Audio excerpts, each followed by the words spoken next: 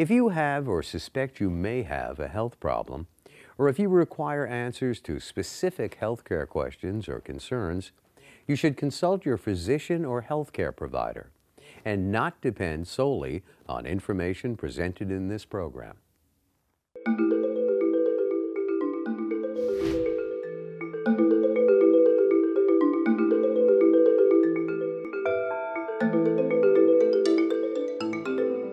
Hello, I'm Dr. Steve Garner, and welcome to Ask the Doctor. It's great to be with you today. This is our 15th season, and as you know, this program was created to assist you in understanding medical issues so you can take charge of your own health. It's more important than ever to become an informed patient, and we're here to bring you timely health discussions. For those who are new to the show, there are two ways to get your questions in. First, by calling the live phone line at 718-499-6101. And second, you can email us your questions to askthedoctor@netny.net, and we'll bring them into our discussions. And for this season only, we have the NET's Viewers Survey. Please take the time to participate if you haven't done so, as you wait for your turn to go on the air. The survey's here because we'd like to have your opinions on NET programming. This is your chance to officially sound off your opinions about Ask the Doctor and NET in general, and it is anonymous. For those who cannot get through and are not on our mailing list, please write to NET at 1712 10th Avenue, Brooklyn, New York, 11215, and ask for the survey to be mailed to you. And of course, you can participate online at netny.net. And it's a great thing to do because it gets the word back to the owners of the station, which shows are being watched, so I urge you to fill that out. Now, we have an amazing show. Sometimes I don't get chills before every show, but today I got some chills because we have listen to this panel. First, we have Dr. Philippa Cheatham, urologist at Columbia University Medical Center, also on ABC, WABC, one of the greatest radio stations for rock and roll and now for talk radio at 7 a.m. Sunday mornings.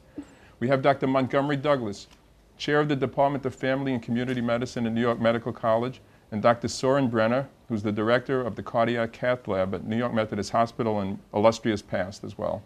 So I want to welcome to everyone, and before we get to meet our panelists, I just want to go in the news, it's been a slow news week actually. It was one story about stress cells identified in the brain.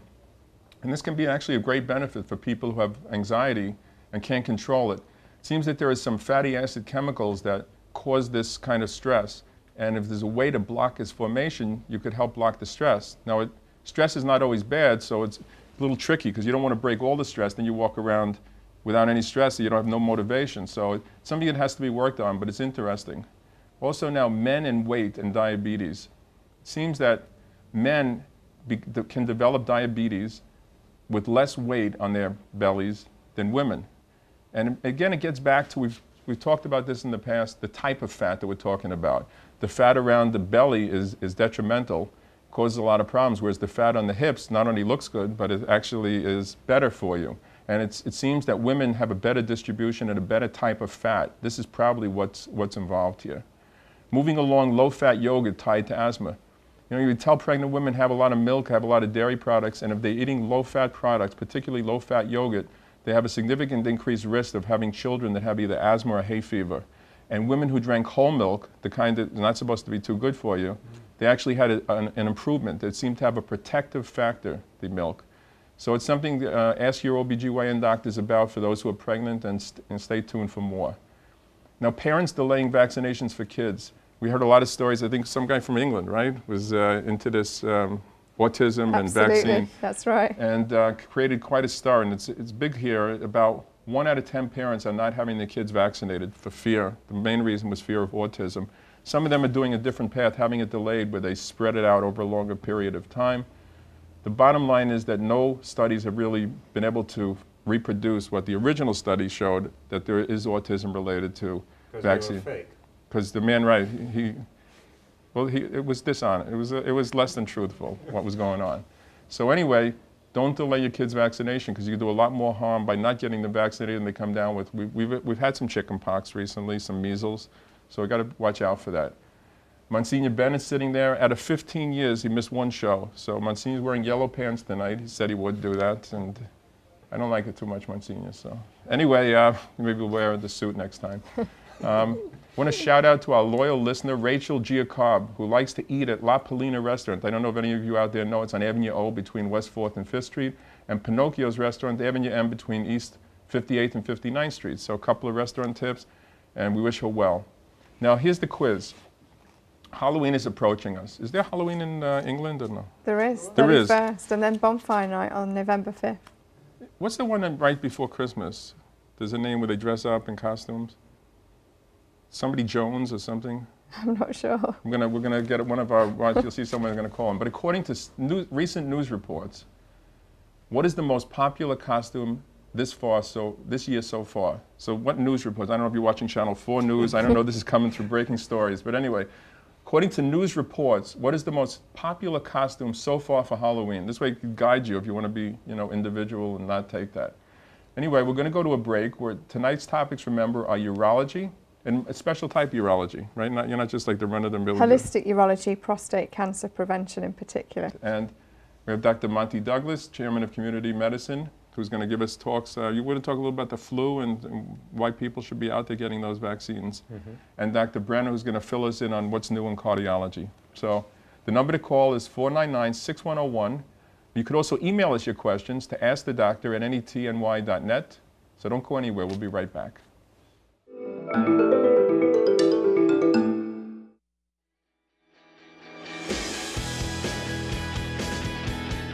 Place your business on TV by becoming a sponsor to one of NET's family-friendly programs. See an increase in your revenue by reaching a potential audience of 4.3 million viewers in the tri-state area. We have a number of packages available and will even produce your commercial. For information, contact us at the number on your screen and get ready to see yourself on NET.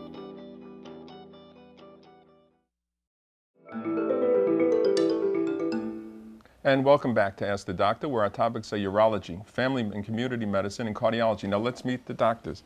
First we have Dr. Philippa Cheatham, radio star, soon to be a TV star. What's on the works? Can you break any news on this story? If I told you, I'd probably have to kill you. Oh, okay. No.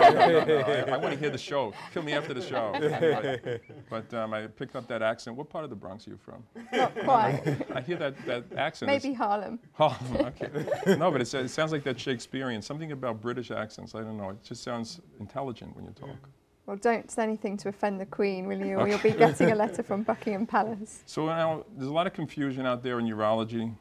A PSA, men come, shall I get it? And then they read a study that says they shouldn't get it, that it's worthless. What do you think? Well, the problem with PSA, the prostate-specific antigen, the blood test, the PSA screening blood test, is it is specific to the prostate, but it does not mean that you have prostate cancer if you have an elevated blood test necessarily.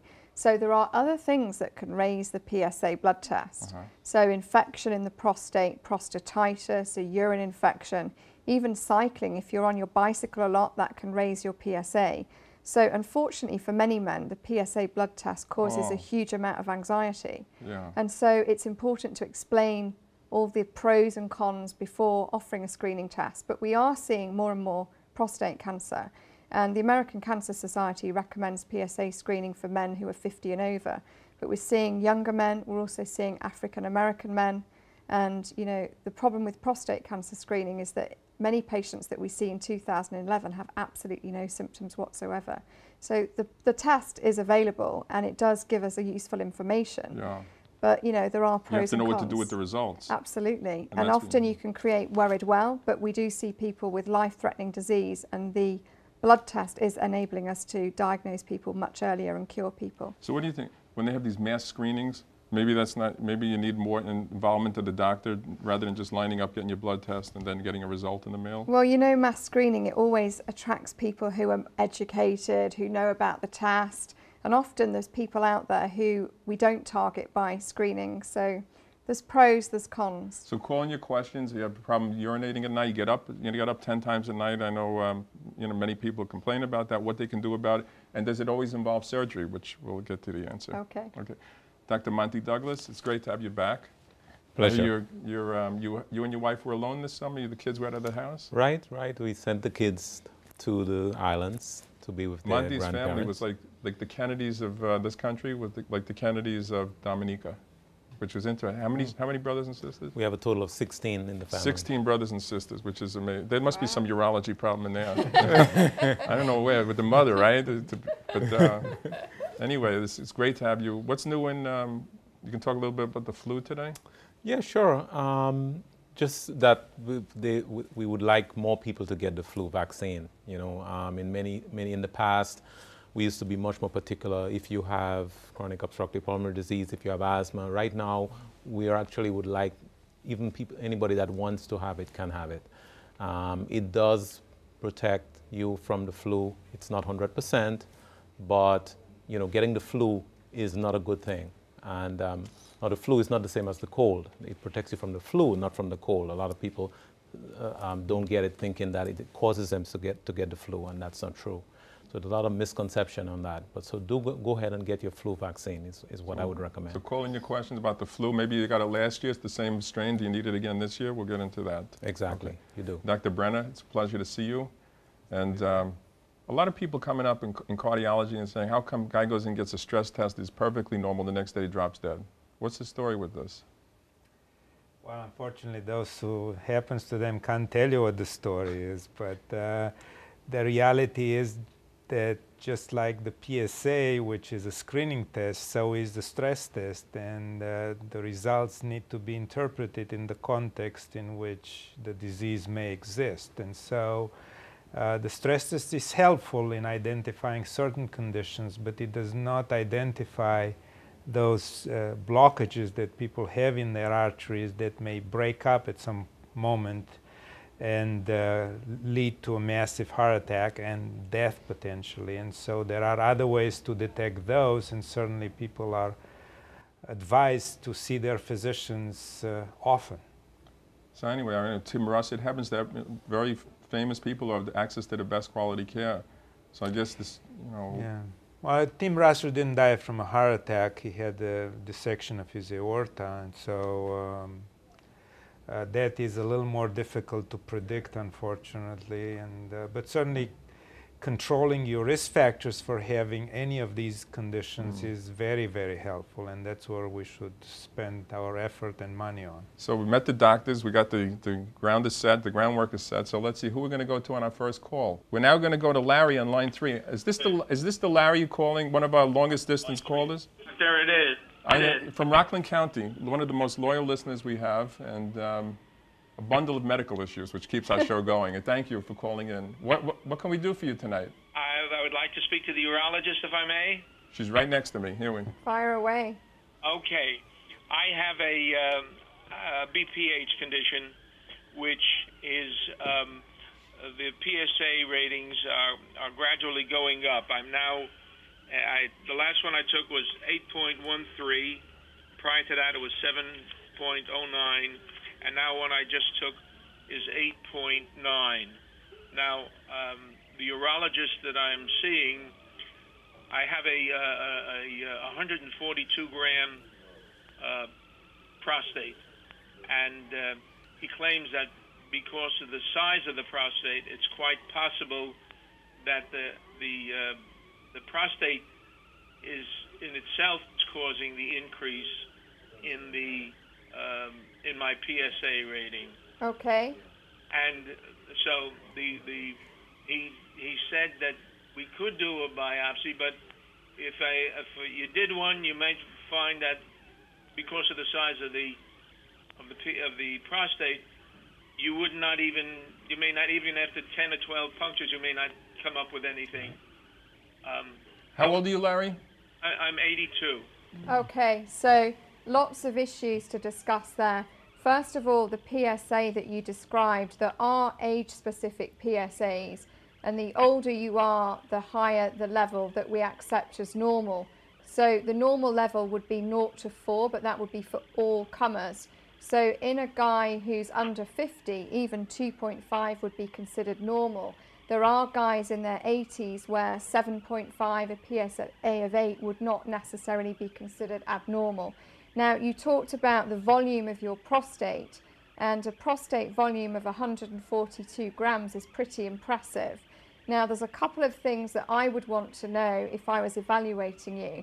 First of all, your absolute PSA reading of 8.9, I think you said. Yes. I would be interested in the rate of rise. So if your PSA is going up very, very slowly, certainly if it's going up less than 20% every 12 months, and that's far less of a concern than in somebody whose PSA may be going up much quicker, what we call PSA velocity.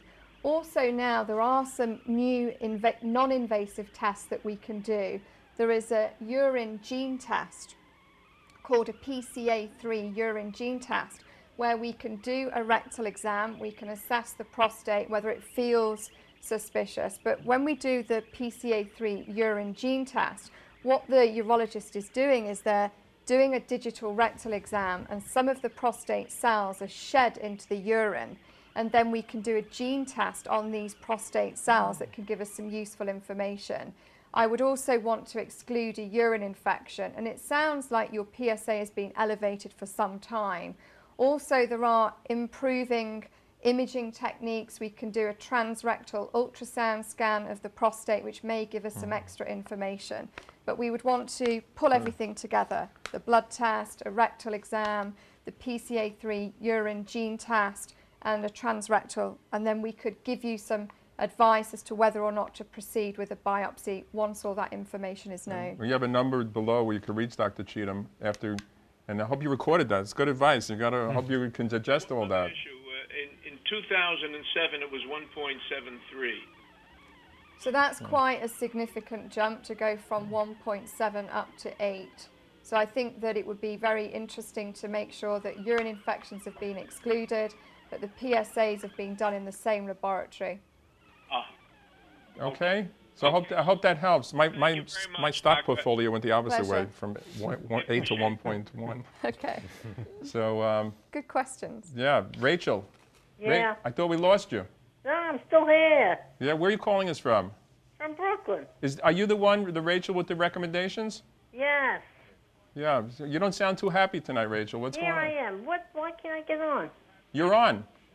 Oh, hello, doctor. You see, she has a different voice when she gets on the air. All of a sudden, you hear the true Rachel. Rachel, doctor. This is the real Rachel. Yeah. Yes, this is the real Rachel who recommended La Polina's Yeah. and the other restaurant, Pinocchio's. But my question is this, doctor. We are told to have a mammography every year once we reach the age of 40. But what age do we stop taking Good it? question. I have my opinion, but Dr. Douglas? Yeah, officially it's 70 to 75. One organization recommends 70, another one says 75. And actually it's 1 to 2 years. It's not necessarily every year, but every 1 to 2 years. Oh, I see.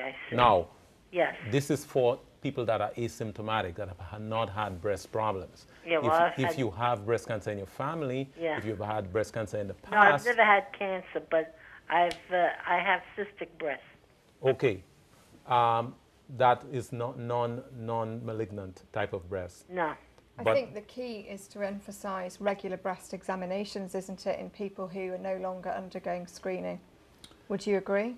Well, lately they are not emphasizing breast or you're talking about clinical breast exam Yes, by the physician. by the patient. By That the if patient. they find a lump, if they do regular breast exam. That is one of the things that have a little bit. There's a little controversy there. Yes, exactly. There was a exactly. study actually. Sometimes you feel your breast, you don't know what you're feeling. Exactly. It's I'm interesting, not a though. doctor. Yeah. So, any other tips for us? Yes. If you go into La Polina, just say that you heard about it on Ask the Doctor, and you'll get a free glass of wine. Oh, I spoke to the owner. what kind of wine?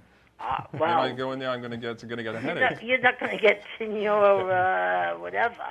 Well, if you take Pinot Noir, it's good for your prostate 'cause Oh, it's rich in resveratrol. So Oh, wow. recommend a glass Well, of I red don't have wine. that problem. Anyway, it's great to hear from you, Rachel. Okay, doctor. Stay happy. Take care. Sounds like she's taping into that wine. Okay. Hey, Grace. Yes. Grace. Yes, doctor. How are you doing tonight? No, I don't know. I'm still not well since I took that flu shot. I've taken flu shots of the year, but this year, now I keep getting migraines, and when I eat, my face gets fire red. I have to put a cold compress, and my pressure went up to 183 over 102. All right, I'm trying to get the cardiologist a question. I heard the blood pressure, 183 over Yeah, but 102. now I went to the doctor yesterday, and it was 128 over 70. So he was ready to put me on pills, but being that it dropped, he's not putting me on any extra pills. All right, let's see what Dr. Brenner thinks about the fluctuation in blood pressure. Is that something to worry Yeah, about? and the red face, and my concern is I have eye pressure with migraines, and I keep putting a cold compress on my face. All right, let's see what Dr. Brenner has to say. Okay. How old are you, ma'am? 77. Oh, that's good. Well, I think that if you have not had high blood pressure until now, I wouldn't use just one measurement to decide on medication. There are other things we can do besides that. But if this is a recurrent problem, certainly it may require intervention with medicines, and certainly you need to watch your salt, probably more important than your medicines right now, as well as your weight. I'm sure that if you eat at the restaurants that the previous lady recommended, won't be very good. So. But Grace, she had a scare in the restaurant, actually, where she had a syncopal episode. Remember that? I remember you called in, Grace, about a year ago. Yeah, when I thought I was getting a heart attack. Okay. Remember that? I remember, Doctor, it's a wonder you remember that. Yeah. Was the food that bad? So, Grace, you have a stab? You want to take a stab at the quiz? What's the question? What is the most, so far, what is the most popular Halloween costume this year? Oh, this year or any year? This year, this year. Oh, this year. See, now I'm not up on All right, she's a two-time winner. Aren't you a two-time winner? Yes. The winner gets a magnificent plaque, handmade in Japan. It's magnificent. I'd like to say the Bride of Frankenstein. That's all I could think of. Okay, that's good. Have a good night.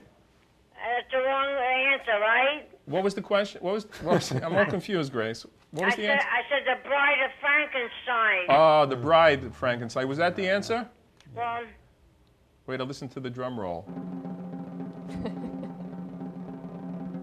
Oh, Grace, I thought you had it. I thought you had it. okay. Let's get a little tip. Maybe we could help. In England, what's the #1 costume this year? Well, I'm not quite sure. I'm a bit behind the times If you of were what's back in happening. England and you're ready to go trick-or-treating to a big party or somewhere, would you? Probably the witch costume, I would think. The witch from the Wizard of Oz. Probably. Okay. That's what I was going to say, the witch, too. Right, but that's not right either, Grace. So, but anyways, we appreciate it. And have a good night.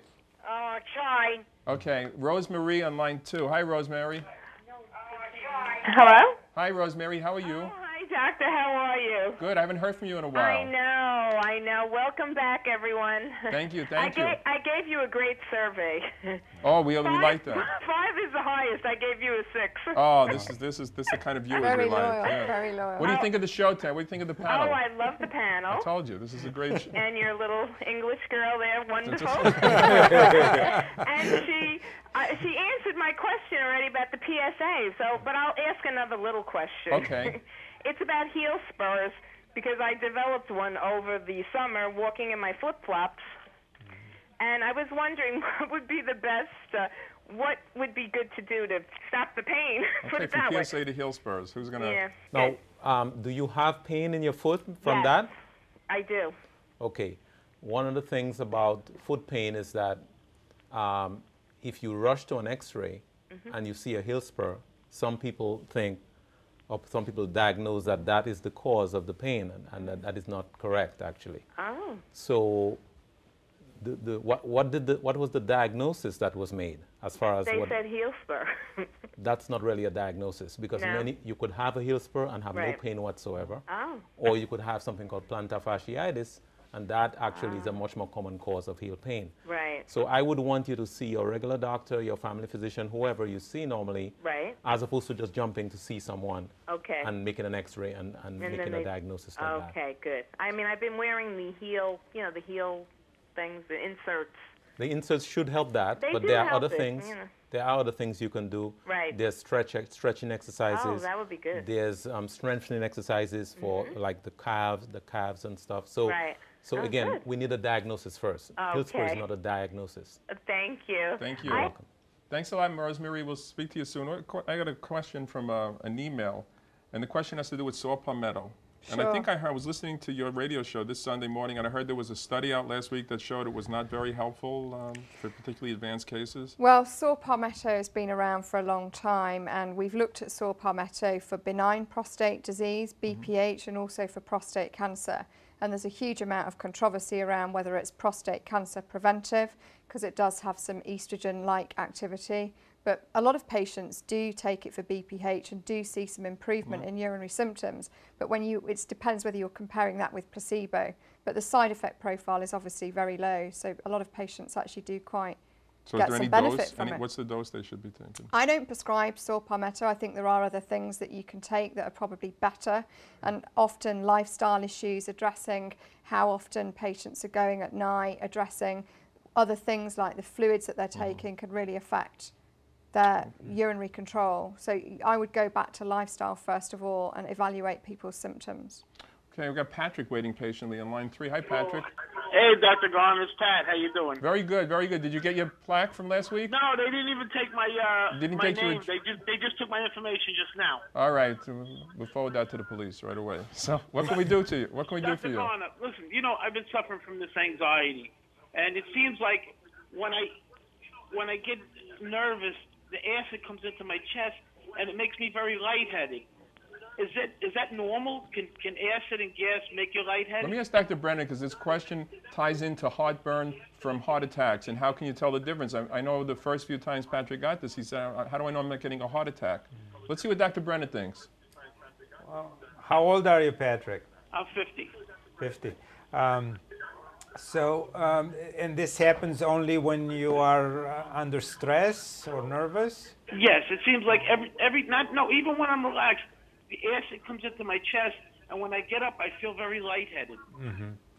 The being lightheaded is probably related to the fact that you panic a little bit and you breathe a little over the rate that you're normally doing that. I wouldn't be so concerned about that, but I would be concerned about this acid reflux. So even if it is from the stomach, you shouldn't have it too often. This is not a condition to ignore because it can cause significant problems in your esophagus. And if it is from the heart, then definitely you shouldn't ignore it. So you should probably be seen and evaluated for both conditions.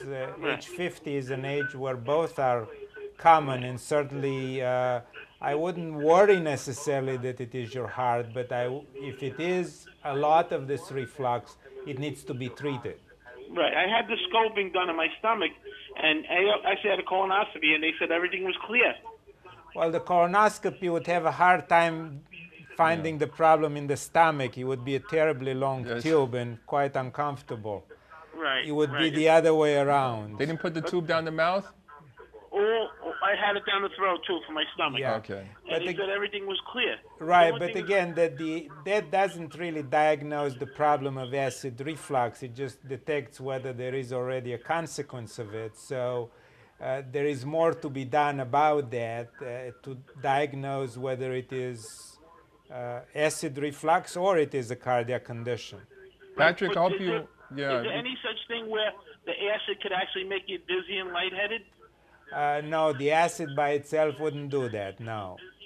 Really? No. So, Patrick, we're gonna have to move on because there's so many callers, but I appreciate the call. How about that question? I got to start that question Are you going to try and be a 2-week-in-a-row winner? We haven't never had that. What is the most common Halloween costume so far being sold? Let's try Snooki. Snooki? Snooki from the Jersey Shore. This is Snooki. Let's hear the drum roll. Oh, you know what that means, Patrick? Yeah. You're feeling lightheaded again now. Big Vinny I'm from sorry. 18th Street said to say hello. Who says hello? Big Vinny from 18th Street. Big Vinny, okay. Thanks a lot.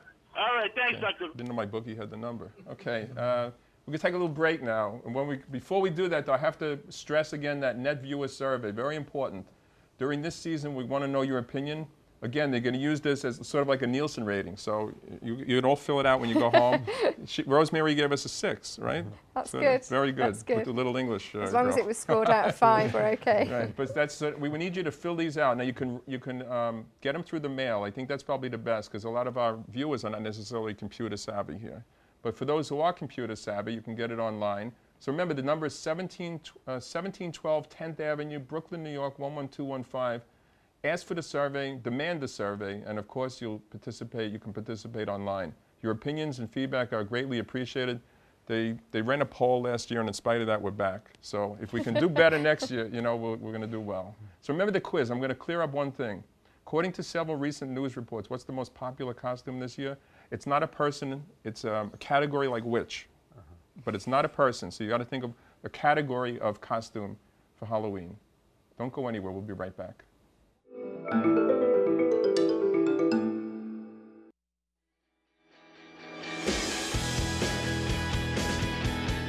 Place your business on TV by becoming a sponsor to one of NET's family-friendly programs. See an increase in your revenue by reaching a potential audience of 4.3 million viewers in the tri-state area. We have a number of packages available, and we'll even produce your commercial. For information, contact us at the number on your screen and get ready to see yourself on NET.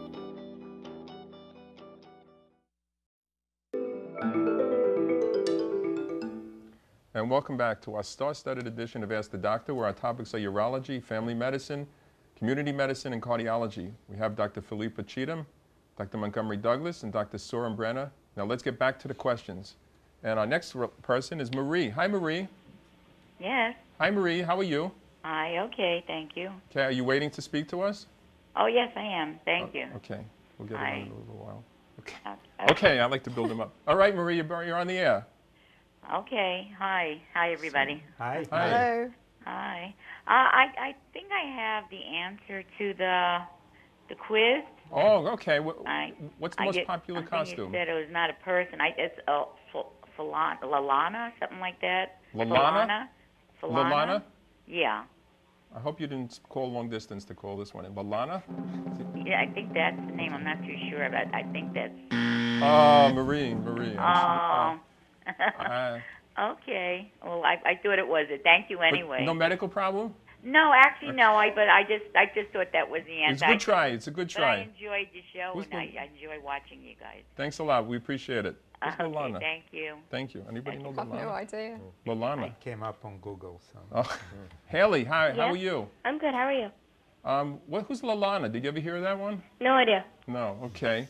What can we do for you tonight? Where are you calling us from first? I'm calling from Sheepshead Bay. I wanted to answer the question. Oh, you have an answer. Okay. What's the most common costume so far this year? I believe it's Twilight. Twilight. Is it Twilight? Oh, so close. I'm going to give you a hint. You were very close. You like that TV show? No. No. Did you ever see that movie? No. Anyway? No. No, I like the books though. Oh, then my backup probably. Oh, so are you a regular listener to the show? Yeah, I tune in. My mother is she listens to the show a lot. She's always calling in. I like mother and daughter. It's good. You get together, have a good girls' night out, right? On We Tuesday. do, yes. Very good. So anyway, any medical issues? No, I'm fine, thank you. Okay, so be well and call us back. Have a happy New Year. You too. Thank you. Thank you.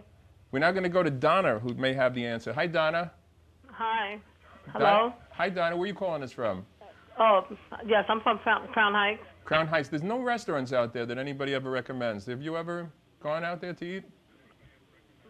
There's nothing in that neighborhood. No, I don't think there's a business here. I don't There's nothing think in Crown so. Heights. You Only- want to go to eat, you can't eat. Nice. So what can we do for you tonight? Well, I just wanted a question because I'm having like a ticking sound in my ear on my left side, Okay. and I was just wondering, it sounds like it goes away, like it comes and then it just fades away. Okay, ticking sound. I see Dr. Douglas grabbing that one. Yes. So how long that's been going on? I would say for about like 5 months, 6 months. All right. And you've had them look inside the ear to see what if there's anything in particular?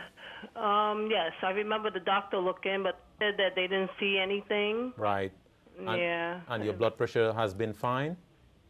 Yes, I do have high blood pressure. I take Hyzar. You know, sometimes when the pressure is not under control, it can cause this type of noise in the ear. They call it tinnitus. Has the pressure been under control? I haven't checked it like in about a month now. I have to go back to the doctor. But the last time I went, it was like maybe 120 over something. Sounds no, good. 130. I'm sorry, 130 over something. I forget the bottom number. That sounds good. What I would suggest would be seeing an ear, nose, and throat doctor to see why you're having that problem. There are some things they can do if there's no obvious cause for the sticking in your ears, okay? Thanks a lot for the question. We're going to have to move on. Thank you. I want to get this in before because I know a lot. Okay, here's a typical guy. He's in his 50s. He's going to the bathroom 8 times a night. It's hard to get a night's sleep like that. He doesn't want surgery, right? He wants to know can he take parsley? I don't know. What do you got there? Well, it depends whether you're talking about symptoms or whether you're talking about prostate cancer prevention.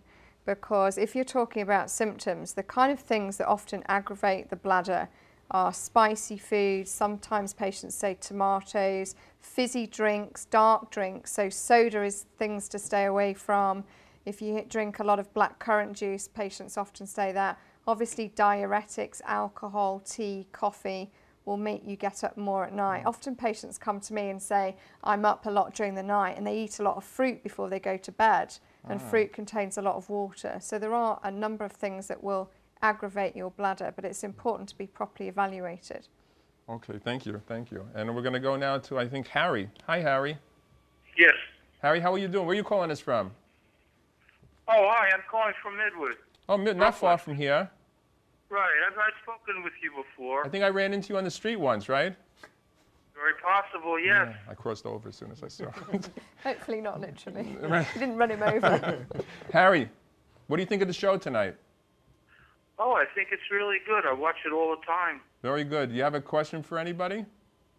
Well, I had a question, a comment, and a possible answer to the quiz. Okay, let's do the question. Okay, well, the first question was about colonoscopy. I understand that sometimes it can be dangerous if the colon wall is perforated. And I was told by my doctor to go get a colonoscopy, and because of what I've been hearing, it kind of scares me a little. I was wondering if it is safe. Okay, quick answer to that, Monty. Yes, it is a safe procedure. You know, like any procedure, it can have complications, but it's very uncommon to have perforation of the colon during colonoscopy. So it is a test that's recommended if you're 50 and over.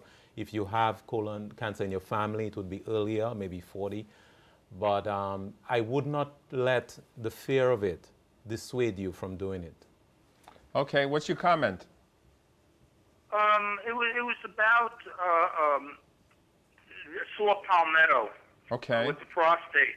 I had a prostate exam, and my prostate was fine. And for 2 years now, I've been taking sore palmetto, 160 milligrams twice a day. And the reason I was taking it was because 2 years ago, I was having an erratic flow with my urine. And it was amazing. After only a few days, flow was fine, and it's been fine for the last 2 years since I've been taking that sore palmetto. All right, let's see what the doctor I thinks. do feel that it's helped me a lot. Let me ask you, if you forget to take one of the pills, do you notice a deterioration in your flow or not? No. Sometimes I've taken only one pill, and I forgot to take the other, and the flow is still fine. Okay, and how many times do you get up at night to go to the bathroom? Well, I have diabetes, so I might get up once or twice out of the ordinary to go. Right, and do you have problems with urinary infections with the diabetes or not? No. Okay, so you're one of those guys where saw palmetto can really help, and certainly with people who are diabetic, they often have a problem with the nerve supply to the bladder. So those are the kind of people we want to make sure that they're emptying properly, and we would get a bladder scan to make sure that they're not retaining urine. But it's good to hear that you're happy on saw palmetto. Excellent. Right. And what's the answer to the quiz? Would it be Spider-Man? Is it Spider-Man? Oh, we were just no characters, not a character, and it's very close to Twilight. That's the hint. Okay? Harry, thanks a lot. I knew what Twilight is. Have a great week. Penny. Hi. How are you, Penny? Hi, Dr. Garner. Happy New Year. Happy New Year. You called us last week. Yeah, I'm going to call you every week till I get that T-shirt. Oh, the T-shirt is gone. We had a It's custom. gone? There's a rumor that they're making it again. There's a rumor, but right now we're giving out the plaque. Oh, I have the plaque. What do you think? Not much of the plaque. I'll take another one. I don't All right, let's see. Where do you have it hanging? In my living room. Okay, very nice. It's a conversation piece. You Yeah. never said, right? Yes. What can we do? I think the answer is superhero. Ooh, wait a second. Is the answer superhero? Okay, I think she's hitting the Pinot Noir back there. Oh. No. You know, I was really hoping you were going to win, Penny, but Me it's not. too. But keep listening. It may be a surprise ending. Okay. All righty. Any Thank medical you. questions? No, no, no. Okay, be well. Thank you. Thanks a lot. Let's go to Raymond, who thinks he has the answer to the quiz. Hi, Raymond. How you doing?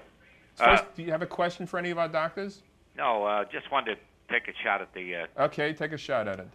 I figured it would be like a military costume, like the Navy SEALs. Is it a Navy SEAL? Some guys talking the same thing. Oh, what? They even give you an extra roll at the end. No, I'm sorry, not Navy SEAL, but it's a good try. Some guy just picked the same thing. I think I told it. Oh, Yeah. it's not me. I don't know. Okay, you guessed twice. It's just the 7-second delay. Okay. So you get 2 guesses that way. All right. Well, I'm wrong anyway. Nah, but keep listening. You'll be surprised at the answer. Yeah, this is nice. Nice program. I like it. Thanks a lot. Tell So your long now. friends. Take it Thank easy. you. Okay, we got the Navy SEALs here now. Okay, who's this? Yeah, hi. This is Kathleen Nealon. How are you? Hi, Kathleen. How are you? Oh, good. Everything's going well. I'm calling from Queens. Which part of Queens? I'm from Masta. You sound very happy, right? Oh, yeah, I am. Life's good. That's good. But I just wanted to answer the question. Oh, okay. Well, what's the most popular costume this year for Halloween so far? Vampires. Oh,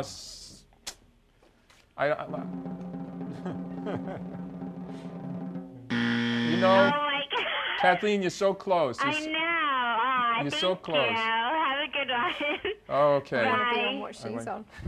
You don't know what's coming here. You're fitting in nicely here. Okay, Octavia. I gotta answer the phone together. Hi, Octavia. Hi. How are you? I'm fine. What is that name, Octavia? Is that like an octave? No, it's not Octavia. Sylvia. Oh, Sylvia. This is you were never known as Octavia? No. No. This is Sylvia. Sylvia. Octavia's a nice name. Yeah.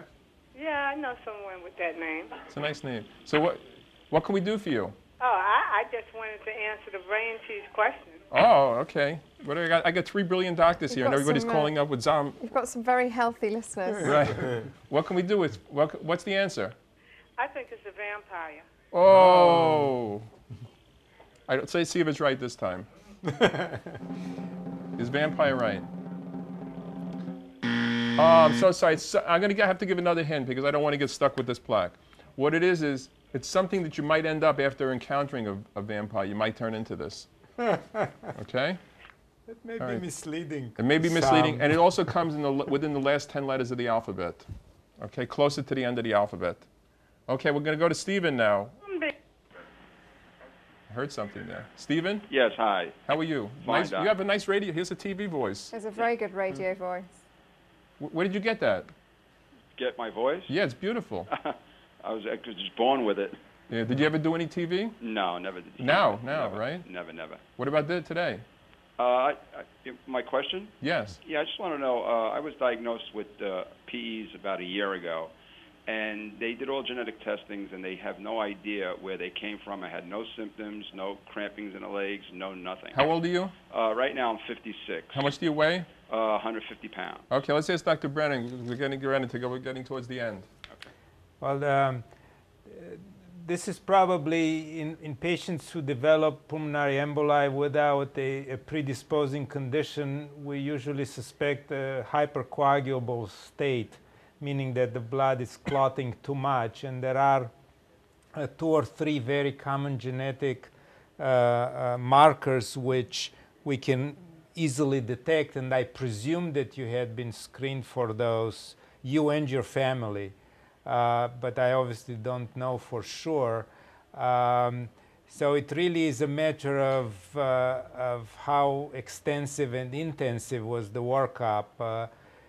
All I can tell you without knowing more details is that we can detect the cause in approximately 80 to 90% of people. So there are a few that we can't, but very few. Stephen, I hope that helps. We're just rushing a little bit, so I'm going to have to move on. Call back next Can week. I try to get that question? Oh, you have it? What do you have the answer? Yeah, what is it?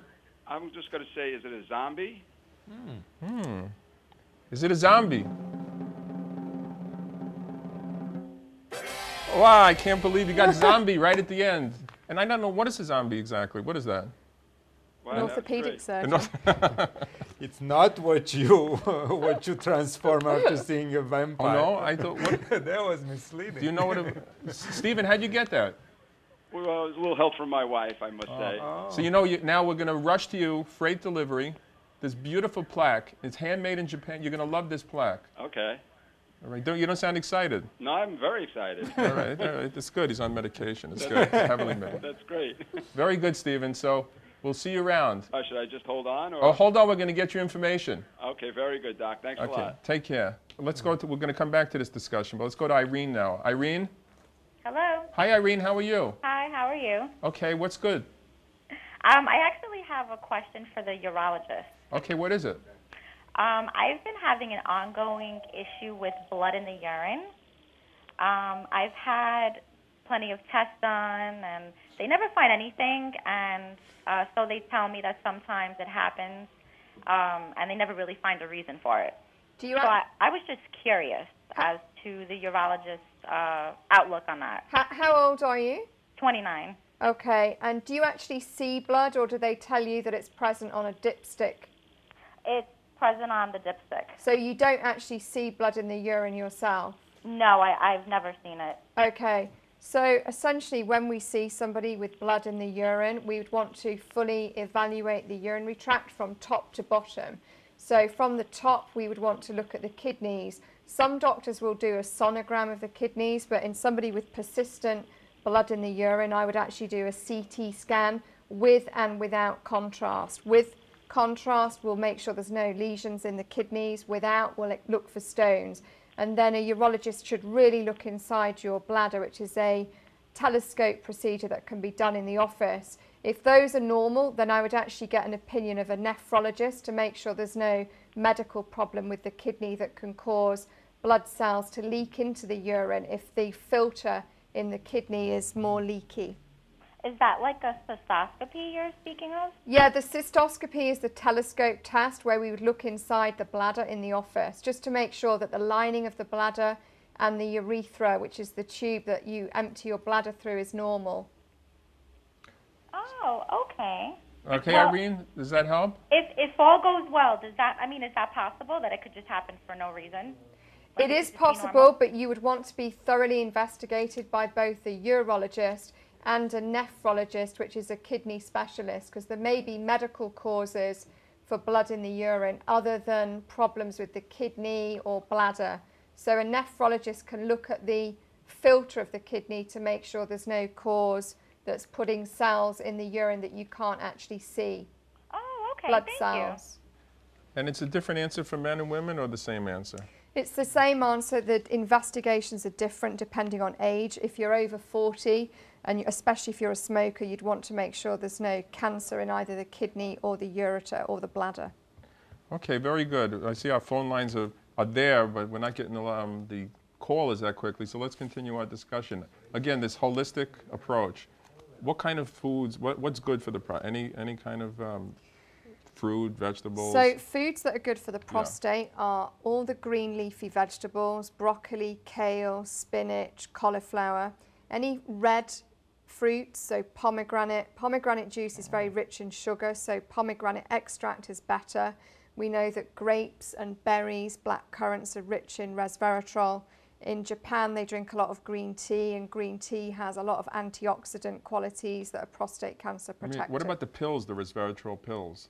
Some patients take the resveratrol pills because they don't always want to take red wine, which is rich in Pinot Noir, and resveratrol has got other antioxidant properties that are good for your general health as well. But a heart-healthy diet is also a prostate-healthy diet. So pills should not be seen as a substitute for a healthy diet with fresh fruit and vegetables. Yeah, and that pomegranate, they had a little problem, right? There was They got into trouble. They got a little trouble making claims, yeah. That's right. Were you advising patients, cardiology patients, to take it? To take what? Pomegranate. Pomex you're talking about. Well, yeah. I think that the claims that are made are often not substantiated by anything, in fact. But I think it's more important what Dr. Cheatham just said, that there are a lot of things we can do for patients in any field besides operating on them and giving them pills. But And simple things just work. Although the research has shown that pomegranate can be prostate cancer preventative, if you look at the amount of calories, sugar in a bottle of pomegranate, it's very high. Yeah, so we wouldn't advocate patients should go and drink a lot of pomegranate juice. Okay, Monty, what do you have to say about all this? I mean, there's a whole shift right now in prevention. You know, in the country where we're trying to prevent disease more than just treat them. You know, we seem to have gone off on a tangent over the years and gotten over too much into just treating. You know, fix this, fix that, and now the message from the NIH, from the government is, let's see how we can prevent disease more. And let's focus more on exercise, on diet, and on stress management, on you know, just treating ourselves better. So it seems like if you had the breast and the prostate next to each other, it seems like there's a lot more going on right now with the breast. You know, with that's right. But they do say that the prostate is a little breast. They're both prostate and breast cancers are hormone driven, and there are a lot of similarities. And many of the foods that are prostate cancer protective are also good to prevent breast cancer. There's a lot of research with flaxseed.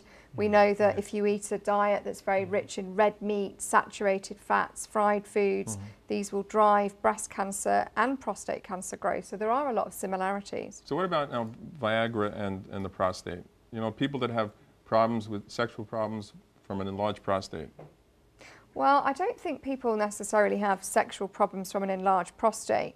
Sexual problems, erectile dysfunction is a multifactorial problem. So if you've got high blood pressure, if you smoke, if you're diabetic, if you have issues with high cholesterol, these are risk factors for sexual function. An enlarged prostate per se does not usually cause problems. Unfortunately, it's the medications that we often use that can cause the side effects of erectile dysfunction. Because we're seeing this a lot in the older patients, right? The people in their 60s, 70s, and 80s that want to continue. Yes. And what? We have only 1 minute left. I see our phones have died. Our crack crew is working on it, but they'll get it in time for the next show.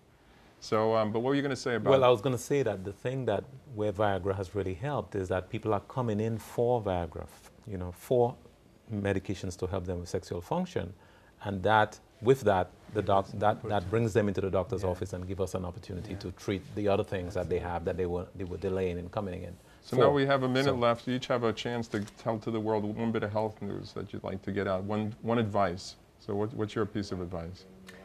Well, I was just listening to NPR this morning, and I thought that was on your news, which said that about men and women and diabetes was actually about men, women, and quantities of calories that we eat. And it turns out that if your food partner is a woman, you eat less than if your food partner is a man, which I found very interesting. So the moral of the story?